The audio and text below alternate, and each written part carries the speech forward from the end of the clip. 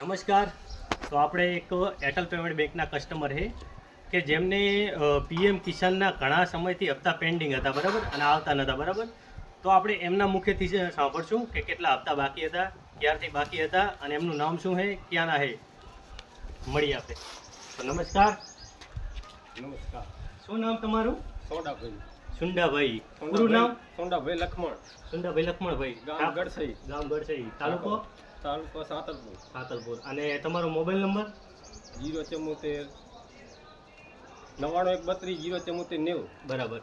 અને સુંડાભાઈ, તમારે કેટલા ટાઈમથી હપ્તા બંધ હતા? આમ તો 1.5 વર્ષથી બાકી હતા. બરાબર બરાબર. પણ આ વિરમભાઈએ પછી ખાતું ખોલાયું. વિરમભાઈ કને તમે ખાતું ખોલાયું? ખાતું ખોલાયું એટલે અમને પછી 1.5 વર્ષના બાકી હતા. તો 7 હપ્તા નખાણા 14,000 રૂપિયા આયા. બરાબર. તો ઘણા માણસો કહેતા કે વિરમભાઈ ખાઈ જાય. હા હા. પણ બધી ખોટી વાત છે. બરાબર. એટલે આવી દોરના માણસો હોય. હા હા. બરાબર.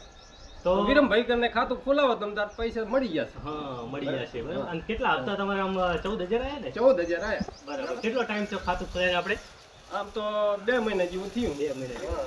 ઘણા બે કામ ગયા, ઘણા પણ ના મળતા, પણ વિરમભાઈ કરી દીધું કામ. એટલે આપણે તો આ વિરમભાઈ, એમનો વિરમભાઈનો નંબર છે.